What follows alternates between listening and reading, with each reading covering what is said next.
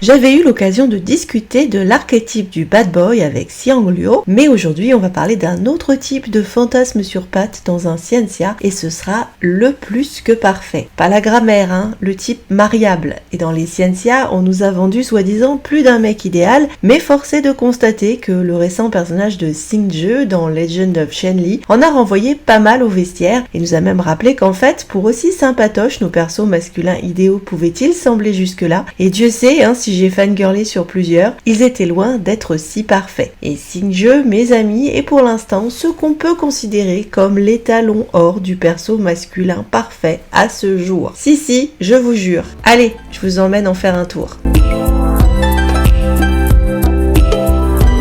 Bonjour, bienvenue sur Décalé. Si vous suivez mon mois drama, vous savez que j'ai beaucoup aimé la récente série The Legend of Shenli, et si le cast y est formidable et que l'héroïne est très intéressante, il faudra que j'en parle et pas qu'un peu. Si on la compare aux héroïnes badass qu'on essaie de nous refourguer en mode gavage de dinde sur la production occidentale, il est évident que le bijou de la série, c'est le perso masculin, Xingzhe, interprété par Lin Gangxin ou Kenny, pour ceux qui veulent pas s'embêter avec le nom chinois, qui avait été surnommé suite à son rôle dans le drama Scarlet Heart en 2011, le rêve de 900 millions de filles. Surnom pas usurpé en fait, car franchement, 13 ans plus tard, il est au top de son game pour moi, face à tous les petits genoux. Mais évidemment, c'est un avis subjectif certainement dû à mon grand âge, me direz-vous. N'empêche que je constate que ça donne du personnage plus solide, plus profond et diablement plus intéressant. Comme je le dirais pour n'importe quel perso joué par la vieille génération, entre guillemets, que ce soit Chen Kun ou Wallace Chung par exemple, parce que l'agisme à un moment, ça gonfle. Oui, ils vont nous rajouter des filtres et de la chirurgie esthétique dans certains cas, mais les acteurs plus âgés apportent vraiment des nuances que n'ont pas les petits jeunes, même si je les aime beaucoup, et pardon, les histoires vont jouer sur un autre registre au niveau des sentiments. Et pourtant, je le rappelle, je suis la première à soutenir les petits jeunes, mais ça ne veut pas dire qu'il faut nous envoyer tous les cadras et les quinquas sucrer les fraises en pension. Il faut les deux. Dans le cas de Lin Gangxin, meilleur pote de Mark Chao, acteur né en 1988, 1m86 au garrot, célibataire, et non, je n'ai pas son 06. Si je l'avais, tu penses qu'en plus je me le garderais pour moi, pas vrai Kenny? Le parcours est intéressant et peut en effet donner de la profondeur au personnage. Le petit naît d'un papa policier qui rêvait d'en faire un fonctionnaire, mais comme petit Kenny est pas une flèche pour les études, même si ce petit malin change d'orientation pour éviter de se faire virer, et qu'il est par contre évident très jeune qu'il est physiquement intelligent, le voilà intéressé à faire de la télé et du ciné, et il va percer très vite en étant le plus beau du lot, mais le reste de sa carrière, malgré quelques brillants succès comme Princess Agents, est marqué par une certaine dégringolade de popularité. Outre le scandale du flot incessant du ballet de ses petites copines, une certaine nonchalance dans ses choix professionnels, avec des moments de pause où scandale il mange et se laisse pousser un petit bidon, et bref, sa carrière était quelque peu en déclin. D'autant que Kenny est effectivement pas très compétitif dans son refus de soigner son image, de vieillir, parce que c'est pas possible de vieillir bien sûr, et dans une certaine timidité dans ses rôles de romance, toujours pas de torse-poil en vue, et des scènes de bisous ultra contestables et même carrément lunaires si on considère sa vie amoureuse, parce qu'a priori il a l'occasion de pratiquer. Ou alors est-il tellement nul que c'est pour ça qu'elle se barre toute? On peut se poser la question. Mais personne ne s'est remis du baiser cringe balai dans le cul de Princess Agents, un pétard mouillé, frustrant, du même acabit que la fin frustrante en queue de poisson de la série. Mais moi j'ai envie de dire que ces aléas de carrière, ces échecs sentimentaux, c'est pain béni pour un acteur qui sait l'utiliser pour donner de la profondeur et de la consistance à son rôle, et m'est avis que dans le cas qui va nous préoccuper aujourd'hui, ce fut le cas. Par contre, il a l'air de savoir se faire des amis, ce qui a beaucoup joué pour lui dans sa carrière, et on ne peut que remercier l'amitié professionnelle qu'il a su développer avec Zanilia Zhao dans le cadre de Princess Agents, puisqu'elle a dû sûrement peser dans la balance en tant que productrice pour le caster dans le rôle de Xingzhe, qui permettait d'offrir aux fans inconsolables de la non-saison de Princess Agents un pis-aller dans le pire des cas, ou dans le meilleur, une chance de retrouver à l'écran l'alchimie évidente qui s'était créée entre les deux acteurs en 2017. 7 ans plus tard, les bouilles sont certes moins rondes, mais ça vieillit comme le bon vin et ça crève l'écran. Alors, je ne vais pas résumer Legend of Shen Li parce que, rappelez-vous, je suis surtout là pour parler du perso masculin et en quoi il est épatant. Et un exemple, osons le dire, de la perfection au masculin, telle qu'elle est écrite, sublimée et désirée par un regard féminin, et telle que malheureusement, on n'en voit plus beaucoup à l'heure actuelle dans la fiction occidentale, hormis dans le cadre de la romance évidemment, parce que c'est bien connu aujourd'hui que bouhou, les hommes, ils sont moches, ils sont vilains, ils sont méchants, on n'en veut plus. Ça pose problème quand même, vu que 50% de la population est quand même constituée de mecs, et qu'il y a quand même encore pas mal de femmes hétéros, et que même en n'étant pas hétéro, il y a des chances que vous ayez des amis, des papas, des frères, des cousins masculins. Bref, bien sûr, comme je l'ai rappelé en préambule, il y a toute une gamme d'archétypes de persos masculins pour faire triper les filles. Si votre truc c'est le bad boy, more power to you, vous avez tout mon respect, mais ne sous-estimez cependant pas le mec bien, parce qu'il peut avoir des arguments, et ce dont on va causer ici, c'est un tout autre type de masculin fantasmé par un regard féminin, soit le mari potentiel et futur géniteur idéal. Le bad boy, c'est celui avec qui on rêve de quelques nuits d'amour, parce que c'est sexy et moustillant, et que ça a le goût de l'aventure et de l'interdit. Mais là, on est en train de parler du mec qu'on se souhaite ou qu'on souhaite à ses copines et qu'on se garde pour la vie. Et qu'on se le dise, il n'est pas forcément chiant. Alors le petit ami idéal, c'est un genre dans les dramas, et il y a toute une flopée de séries avec des gentils garçons angéliques où on nage en plein fluff et barbapapa, que ce soit Amidst the Snowstorm of Love ou Love Me, Love My Voice en exemple récent, de garçons bien et corrects sous tout rapport à qui on n'a absolument rien à reprocher.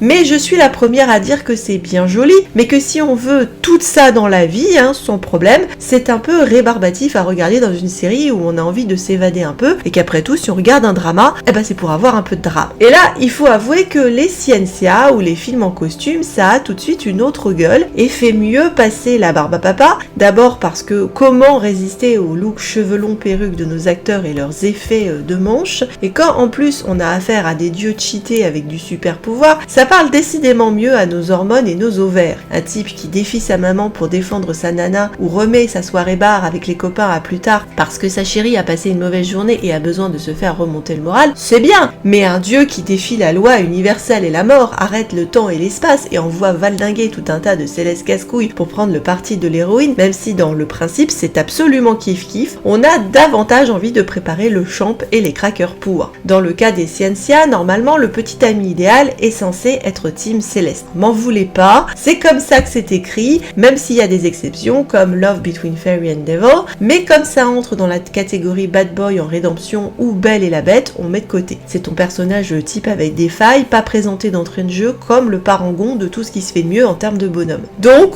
il faut se tourner vers Team Céleste où tout le monde il est beau, tout le monde il est gentil normalement. Vous savez tout le bien que je pense en général des Célestes, ils sont cons comme la pluie et psychorigides, mais voilà, c'est comme ça, t'es pas censé shipper ton héroïne avec autre chose que le mec des gentils, et ce, même lorsqu'il lui fait des coups de pute assez contradictoires avec son titre de garant du bien et de la morale. Des perles à vertu, on en a vu passer plein, dans Journey of Flower, Love and Destiny, Immortal Samsara ou Legend of Chongzhe. Au secours quand tu vois les couleuvres que mangent les héroïnes qui se font quand même buter ou martyriser par le mec en blanc, soi-disant pour leur bien, donc pas de souci, sauf que ça pue quand même. Et d'ailleurs je tiens à dire que quand c'est du chifou, c'est plié, ça pue toujours. Nous répéter à tire-larigot que ces persos sont merveilleux et forts et dignes n'y changera rien, leur comportement n'est pas acceptable et j'ai perso toujours du mal à comprendre en quoi ces types sont des parties désirables. En plus, relation déséquilibrée, forcément, maître-disciple, question d'âge, question de maturité, vous voyez que ça va poser problème. Toujours dans la team Céleste, on a pourtant quelques persos qui frôlent la perfection. Généralement c'est mon vivier naturel et c'est notre brochette de prince héritier. Exemple parfait, Yeroi dans Ten Miles, Yuchin dans Starry Love et Sufong dans Ashes of Love. Ah alors ceux-là, comme je l'ai dit généralement, ce sont mes chouchous directs, car contrairement aux chifous, ils ont normalement le droit de se marier, ils sont plus proches de l'âge de l'héroïne et possiblement ils vont pécho, ce qui garantit de base moins de frustration pour nous et de baladage pour l'héroïne. Et oui, en effet, ils sont souvent chauds patates assez vite et nous donnent de bonnes scènes. Alors le problème par contre va avec le titre des persos. C'est souvent des petits jeunes qui malgré malgré leurs responsabilités, accumulent tout un tas de conneries et comme ils sont immatures, la communication avec l'héroïne n'est pas au point et des crasses pour la fille, il y en aura pas mal au passage. Souvent, on n'est pas dans une relation de couple équilibrée, le mec en fait trop, est étouffant pour la fille, l'empêche d'être elle-même et ne me parlez pas des passages amnésie ou vengeance après malentendu où tout est à reconstruire depuis le début, ce qui est certes sympa à suivre pour nous, mais qui va avec son lot de mensonges, de crasses, de rejets et autres dysfonctionnements qu'on ne va pas qualifier en soi de très sains. Et même malgré mon amour inconditionnel pour Yeroi, non c'est pas joli d'avoir pris les yeux de ta nana parce que papa te l'a demandé pour sa pouffe. Même si encore une fois, en tant que spectatrice, je n'ai absolument rien contre de la relation que d'aucuns qualifient de toxique. Oui, c'est pas désirable en soi, mais qu'est-ce que c'est fun à regarder. Donc dans leur cas, le titre de mari de l'année est un process, ça se fait pas immédiatement. Il y aura du taf, ils sont pas livrés parfait tout de suite. On a encore deux autres types dans la galerie des soi-disant Monsieur Plus de Ciencia. Le héros martyr à la Sefang dans Love and Redemption, le mec qui va manger grave tout du long pour le bien de l'héroïne. Et là aussi, c'est un autre genre. C'est pas exactement le genre du mec parfait. Personne ne dit que c'est l'idéal de se laisser couper le cœur en petits morceaux et jouer les Traviata H24. Et last but not least, le Silver Fox, le renard argenté, même si c'est pas un renard, Dong-hwa Di-jun, team violet casque blanc de Eternal Love of Dream, qui est censé être l'homme mature, les rides en moins, ça aide, un ancien dieu hyper cheaté, complètement blasé de la vie, normalement pas mariable, un fantasme, on va dire, de type adolescente sur le prof ou le dilf du quartier, celui qu'elle épouserait quand elle sera grande, penses-tu? Alors Sing-je peut sembler un héritier de Dong-hwa, mais en mieux, malgré mon amour des glycines. Des points communs, ils en ont en effet plusieurs, ils appartiennent tous deux à la première génération de dieux, ils sont les derniers de leur espèce, une espèce de Moby Dick, eu égard à la couleur, pas autre chose. Ils sont tous deux blasés et détachés, ils aiment tous deux les animaux, ils n'ont normalement aucun plan marital et ne vont aimer qu'une seule femme de manière loyale, une petite jeune de leur point de vue. Ils portent tous deux très bien le cheveu blanc et tous deux créent des espèces de mondes parallèles qui permettent de contenir des démons qui risquent de provoquer une apocalypse dans les je sais pas combien de royaumes. Qu'est-ce qui va distinguer Sing-je de Dong-hwa, mais aussi de la tripotée de mecs précédemment cités? Je dirais qu'il combine en fait allègrement tous les meilleurs côtés des persos en évitant leurs défauts. Même plutôt qu'Eternal Love of Dream, je le vois davantage comme une synthèse réussie des qualités du couple Yeroi by Tien dans 10 Miles of Peach Blossoms, auquel la série va emprunter d'ailleurs sa résolution, ainsi que le spectre d'un méchant de carnaval qui fait de la figuration tout du long du fond de sa geôle fasciste et qui a un fiston amoureux malheureux de l'héroïne. À Yeroi, il emprunte le sérieux, le sens des responsabilités, l'instinct protecteur et paternel inné, mais aussi les talents de cuistot. À Bai Tian,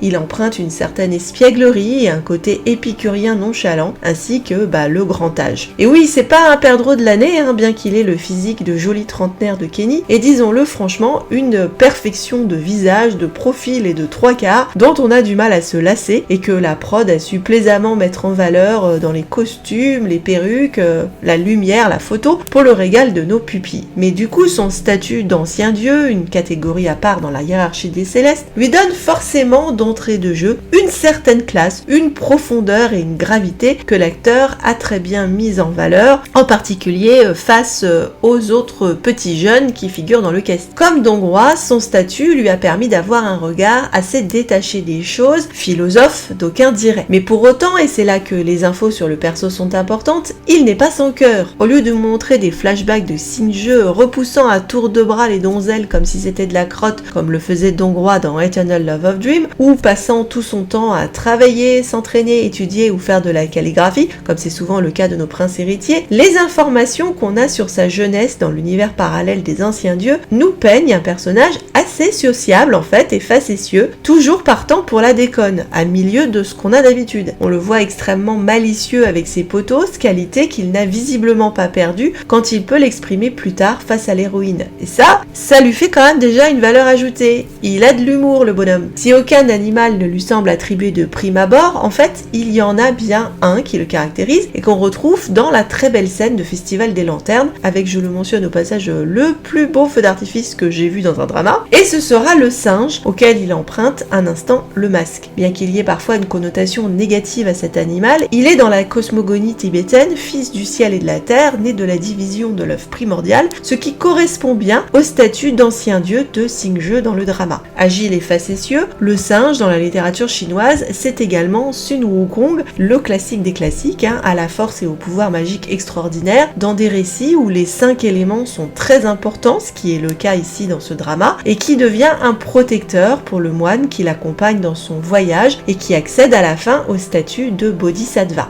Alors, on ne verra pas, et c'est bien dommage, Xingzhe armé d'une trique comme Sun Wukong, mais que ce soit dans sa position de Bouddha à la fin de l'histoire ou dans un passage qui copie-colle l'ouverture des chakras, la philosophie bouddhiste est très présente en toile de fond de la série. Pour en revenir à l'historique du perso, il est très important qu'il n'ait pas du tout eu une enfance martyre, comme 99,99% de nos persos masculins habituels, et même s'il grandit dans un YMCA surprenamment vide de présence féminine, ce qui explique à mon avis pourquoi 70% des anciens dieux ont failli et perdu leur statut divin, parce que bon, le thé et les échecs, à un moment, ça va. Néanmoins, la bande de mecs n'est pas un environnement toxique qui maltraite le gamin ou lui met la pression sur ses devoirs et ses obligations, comme on a vu pour Yeroi ou Yochin, alors que pour autant, les devoirs et les obligations sont énormes dans le cas des anciens dieux, responsables de faire tenir tout le système et qui, contrairement aux immortels ou aux célestes, n'ont pas le droit de se marier, d'avoir d'attachement exclusif ou de se reproduire. Coucou les Jedi! Ils sont là pour aimer l'ensemble de la création, c'est-à-dire personne, et ont normalement une mission ou une responsabilité spécifique, un taf quoi, comme Poséidon avec la mer ou Héra avec la maternité dans la mythologie grecque. Problème de Xingzhe, il vient au monde accompagné d'une pléthore de signes auspicieux tels qu'on n'en avait jamais vu, à la Yeroi donc, mais contrairement à lui, et c'est ce qui le sauve, sans aucune mission précise. À mon avis, troller, car comme moi il aime les ponts, ça aurait pu être sa mission,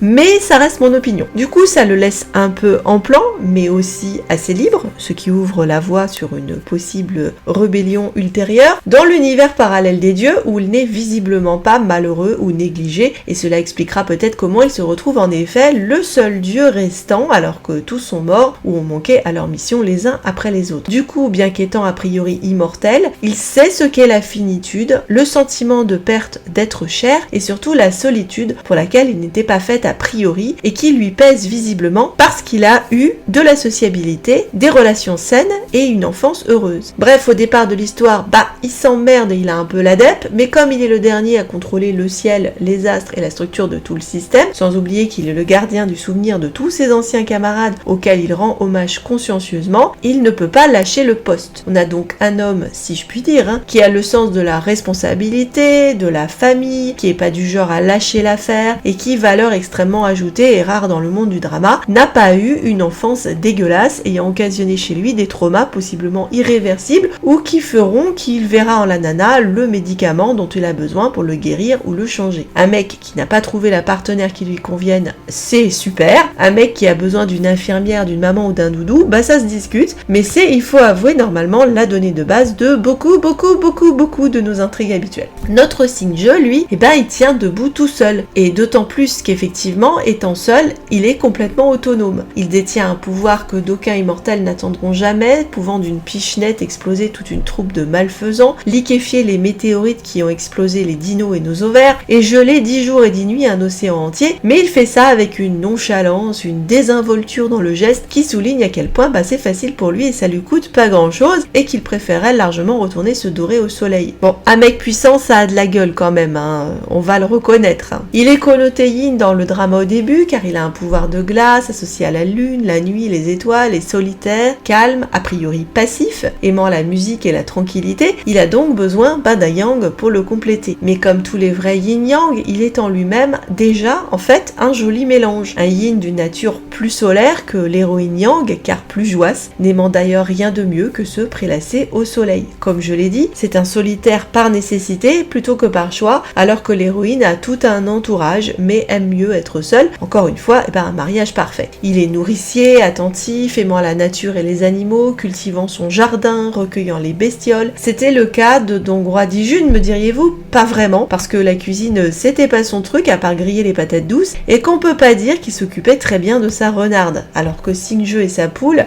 mes amis, c'est une toute autre histoire. Du moment où il adopte son piteux poulet au marché, on voit les trésors d'élégance et de délicatesse de ce bonhomme, matiné de suffisamment d'espièglerie et d'humour pour nous éviter le symptômes incolores, inodores et sans saveur. Ce que Shen-Li, l'héroïne, découvre de la version mortelle bas de gamme donc du perso, bas de gamme car présenté comme faible, souffreteux et surtout mortel, est tout à fait cohérent avec la vraie personnalité du dieu. Quand il s'occupera d'elle après ses déboires avec les démons et son nirvana raté, on retrouve la même délicatesse, le même soin apporté au bien-être de l'héroïne, le transformant tour à tour en infirmier, auxiliaire de vie, garde-malade, kiné, toujours dans le respect du bien-être et de la dignité de l'héroïne. Ce qui l'a séduite presque immédiatement chez le perso masculin, en dehors du physique, notez bien, c'est justement la manière dont il veille sur elle tout en discrétion et en simplicité, tout en la laissant libre d'être elle-même, en la traitant en parfait gentleman. Le perso comble une lacune évidente des histoires actuelles qui nous promeuvent des nanas badass. Évidemment que les spectatrices ont envie de se projeter dans des super héroïnes fières et indépendantes, mais à la fin de la journée, elles sont pas non plus contre le fait d'avoir un compagnon pour les épauler, qui les respecte et les aime, assure leurs arrières dans tous les sens du terme. Et ça, la fiction occidentale ne veut pas le faire. On avait le repos du guerrier, la guerrière aussi, elle a le droit d'avoir un oreiller sur lequel se reposer. Et quand je dis oreiller, je parle d'un mec canon. Signe-jeu, et c'est pour ça que c'est notre mâle parfait à travers un regard féminin, c'est le type qui te défend bec et ongle contre vent et marée, donc solide, donc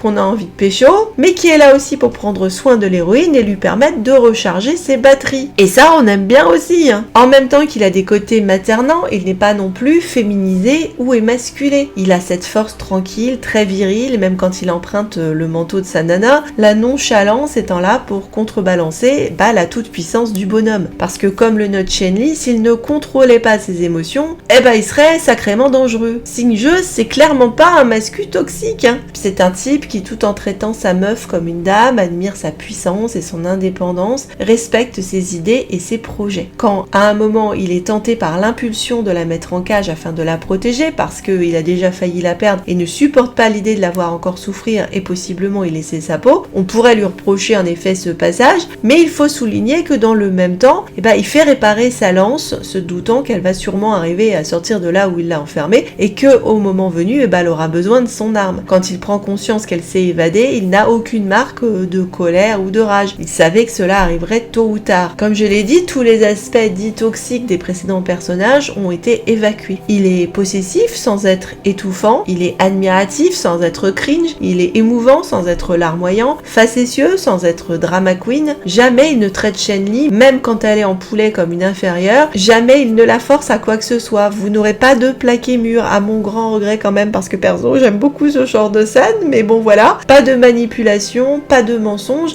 c'est un homme qui fait ce qu'il dit et qui dit ce qu'il fait. Avant le nirvana raté de Shen-Li, il décide de renoncer à son amour pour elle parce qu'il n'en a en effet pas le droit et il a ce mérite de lui expliquer clairement pourquoi. Mais à partir du moment où il croit l'avoir perdue à jamais et réalisant le cadeau précieux que représente pour lui une chance de bonheur avec une femme qu'il aime et qu'il aime, il ne déviera plus d'un iota de sa décision de se tenir aux côtés de celle que son cœur a choisie et de s'autoriser finalement ce qu'il souhaitait le plus au monde. Il aime les raisins parce qu'ils représentent la famille qu'il n'a plus depuis la disparition des autres dieux. Il aime visiblement les enfants puisqu'il a meublé les temps de sa résidence de facétieuses carpecoy qui ont l'aspect de minots. Ce type est fait depuis le départ pour devenir le mari et le papa idéal, jamais rebuté par les corvées les plus prosaïques, comme accompagner sa nana aux toilettes, assurant le quotidien et le regard toujours pourtant en éveil sur la beauté des choses. Un rayon de soleil, un poulet déplumé dont personne ne voulait mais dont lui seul voit la vraie valeur, un bouquet de fleurs champêtres sur un coin de table pour la femme qu'il aime alors qu'elle a perdu la vue. Signe-jeu, en dehors du fait qu'il est un protecteur, c'est avant tout un regard. La douceur irrésistible d'un regard qui glisse sur les plumes de sa poulette. Un regard débordant d'amour et de tendresse. Un regard qui vous prend le cœur et vient le faire fondre à petit feu. Un regard qui va faire qu'une femme se sait, se sent aimée, va se trouver belle, se sent comprise. L'homme idéal,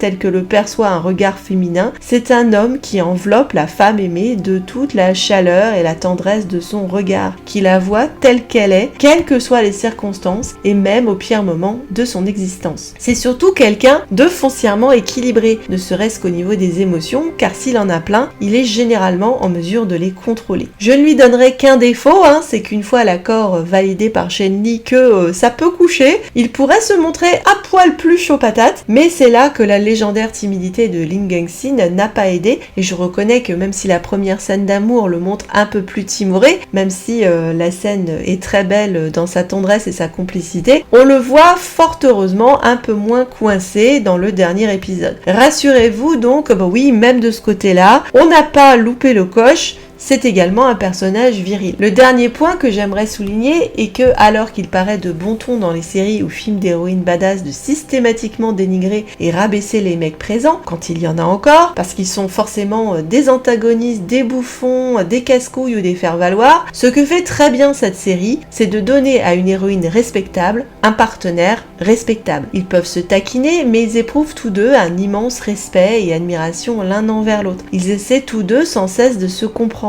Encore mieux quand la série s'ouvre, Shen Li est plus forte que Xingje puisque dans son incarnation mortelle de Xingyun, il n'a plus sa force physique et sa magie. Dans la deuxième partie, Xingje est plus fort que Shen Li puisqu'il est revenu à son identité de dieu hyper cheaté, hyper puissant. Ce que nous apporte la mort temporaire de Xingje et sa renaissance, c'est un rééquilibrage qui donne en effet à la fin un couple parfaitement équilibré yin-yang puisqu'il aura perdu son statut de dieu ancien et leurs puissances sont plus égales. Le dernier épisode, où ils vont jusqu'à échanger leurs identités dans un jeu de dupes pour le fiancé de la Dame Serpent, montre à quel point ils sont complètement à l'aise et en harmonie l'un avec l'autre sur tous les plans, même sexuels, avec une dernière image, lui en noir, elle en blanc, parfait yin-yang qui va donner naissance à son premier enfant. Ce qui n'était pas du tout le cas, pour reprendre l'exemple du début, du couple Bai Fangdio d'Hongrois, où le décalage de maturité, de puissance et de caractère rendait le couple déséquilibré du début jusqu'à la fin. Shen Li admire son mec, mais elle n'est pas écrasée ou tétanisée par cette admiration. Elle ne se comportera pas en fangirl, elle nous laisse faire ça de notre côté de l'écran. Elle est dans une relation de partenaire égal à égal.